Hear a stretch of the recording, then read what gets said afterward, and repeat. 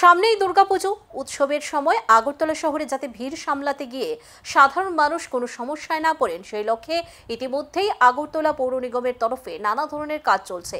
বিশেষ করে শহরের বিভিন্ন প্রান্তে দর্শনার্থীদের নির্বিঘ্ন যাতায়াত ও আনন্দ উপভোগ নিশ্চিত করতে স্মার্ট সিটি প্রকল্পের অধীনে একাধিক প্রকল্প বাস্তবায়িত হচ্ছে।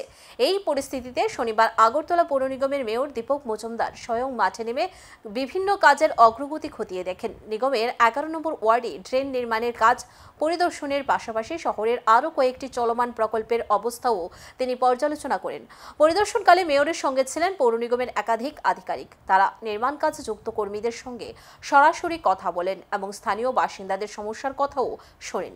সংবাদ মাধ্যমের সঙ্গে আলাপচারিতায় মেয়র দীপক মজুমদার স্পষ্ট জানিয়ে দেন, শহরবাসীর দুর্ভোগ কমাতে পৌর প্রশাসন সর্বাত্মক চেষ্টা করছে। আসন্ন দুর্গাপুজোয় যাতে সাধারণ মানুষ নির্বিঘ্নে উৎসব উপভোগ করতে পারেন সেই দায়িত্ব পৌর নিগম ও স্মার্ট সিটি প্রকল্প যৌথভাবে কাঁধে নিয়েছে।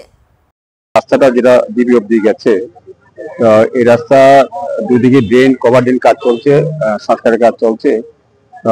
আগরতলা পৌর নিগম এবং স্মার্ট সিটি লিমিটেড দুই তরফ থেকে দুই দপ্তর থেকে কাজ করা হচ্ছে।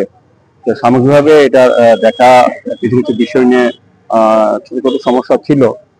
স্মার্ট সিটি সিও গতকালকে দেখে গেছেন, আমিও এসেছি। আমাদের যিনি এই ওয়ার্ডের কর্পোরেটর তথা এমআইসি মেম্বার হেরলাল দেবনাথ মহোদয় আমাদের সঙ্গে আছেন, এসিস্ট্যান্ট কমিশনার আছেন জোনালের এবং অন্যান্য ইঞ্জিনিয়ার আধিকারিকরা আছেন। সবাই মিলে আমরা এলাকার লোকও আছে, সবার সঙ্গে কথা বলে কাজের অগ্রগতি দেখা এবং কোথাও কোনো সমস্যা হলে সেগুলো সমাধানের চেষ্টা করা আলোচনা করে। তো আজকে আমি সার্বিকভাবে আমি যেটা দেখলাম